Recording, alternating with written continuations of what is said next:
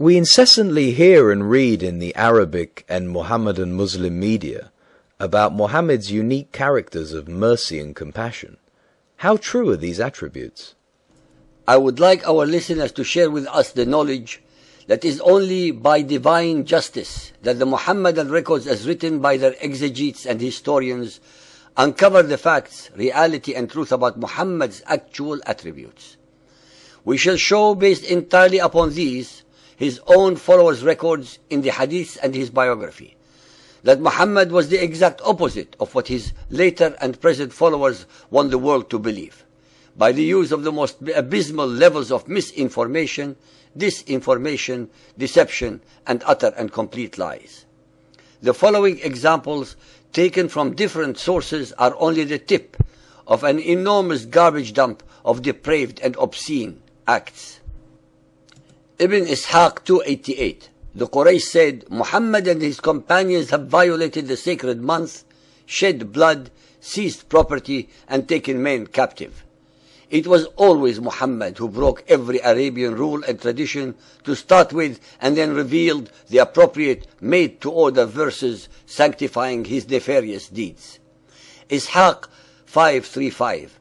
The women began to cry after learning about Ja'far's death. Disturbed, Muhammad told Abdul Rahman to silence them. When they wouldn't stop wailing, Allah's apostle said, Go and tell them to be quiet, and if they refuse, throw dust in their mouths. Ishaq 596. Prophet, this group of Ansar have a grudge against you for what you did with the plunder and how you divided it among your own people.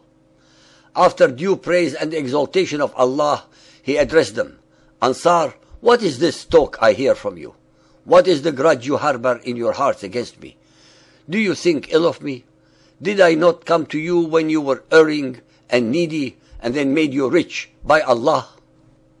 They answered, You came to us discredited when your message was rejected by the Quraysh, and we believed you.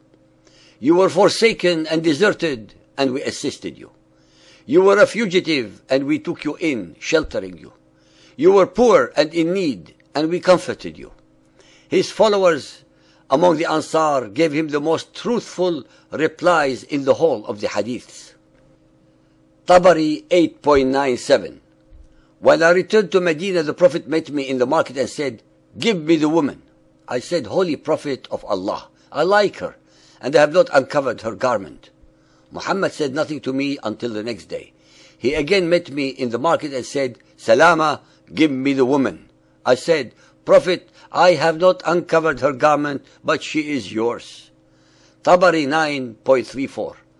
Khuwaisira came and stood by the Prophet as he was giving gifts to the people and said, Muhammad, I have seen what you have done today. Well, what did you see? He said, I don't think you have been fair. Allah's messenger became angry. Woe to you! If justice is not to be found with me, then with whom is it to be found? Umar ibn al-Khattab said, Muhammad, allow me to kill him. The apostle said, Get him away from me and cut off his tongue. Tabari 7.65. When the apostle was in Safra, Nadir was assassinated. When Muhammad reached Al-Qazabiyah, he killed Uqba. When the Prophet ordered him to be killed, Uqba said, Who will look after my children, Muhammad? Hellfire, the apostle replied, and he was murdered.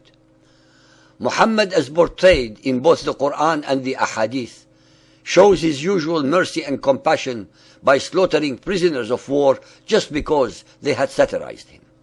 Tabari 8.38. The Messenger of Allah commanded that all of the Jewish men and boys who had reached puberty should be beheaded. Then the Prophet divided the wealth, wives and children of the Bani Qurayza, Jews, among the Muslims. The listeners should be made aware that the Qurayza tribe was not a military organization but manufacturers in leather and metal, and more not a threat to Muhammad or his followers, except that they had wealth that Muhammad coveted and needed to acquire so that he would bribe even more pagans to his cause. The mass murder of civilians and the sea of blood that Muhammad initiated in Arabia was later on continued by his followers against millions of other nationalities in an ocean of blood on 3 continents by the Arab and Muhammadan Muslim conquerors. Ishaq 550.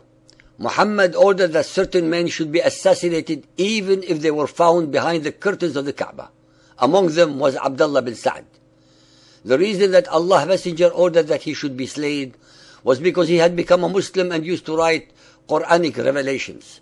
Then he apostatized, rejected Islam.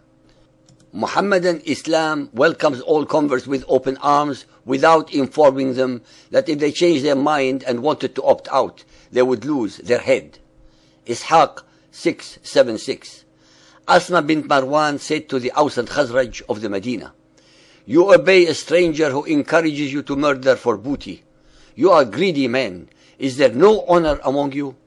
Upon hearing those lines, Muhammad said, "Will no one rid me of this woman?" Umayr, a zealous Muslim, decided to execute the Prophet's wishes. That very night, he crept into the writer's home while she lay sleeping surrounded by her young children. There was one at her breast. Umayr removed the suckling babe and then plunged his sword into the poet. The next morning in the mosque, Muhammad, who was aware of the assassination, said, "You have helped Allah and His Apostle." Umayr said, "She had 5 sons. Should I feel guilty?" "No," the Prophet answered. "Killing her was as meaningless as 2 goats butting heads." If killing her was so meaningless, then she could not possibly have been a threat to Muhammad. He had her murdered simply because she opposed him. Bukhari Hadith 4.256.